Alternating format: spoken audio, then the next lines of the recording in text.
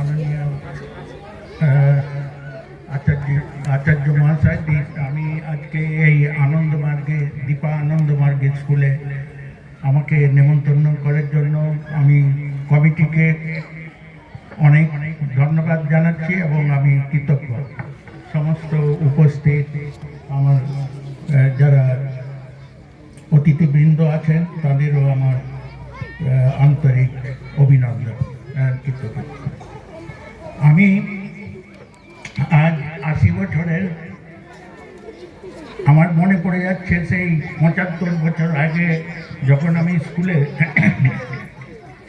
তোমাদের মতো ক্লাস 5-এ ভর্তি হয়েছিলাম, কিন্তু তারপরে সেই ক্লাস 5-এ আমাদের সময় অনেক দূরে দূরে স্কুল ছিল।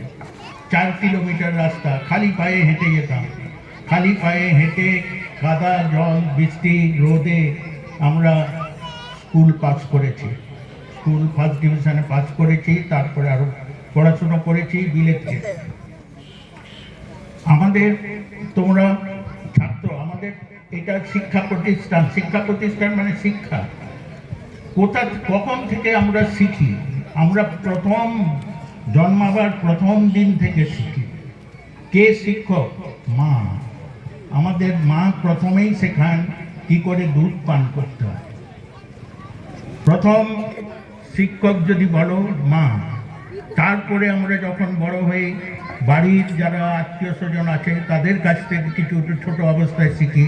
তারপরে আমরা আসি বিদ্যালয়, স্কুল প্রতিষ্ঠান যেখানে শিক্ষক মহাশয়রা থাকেন, সেখানে আমরা শিখি।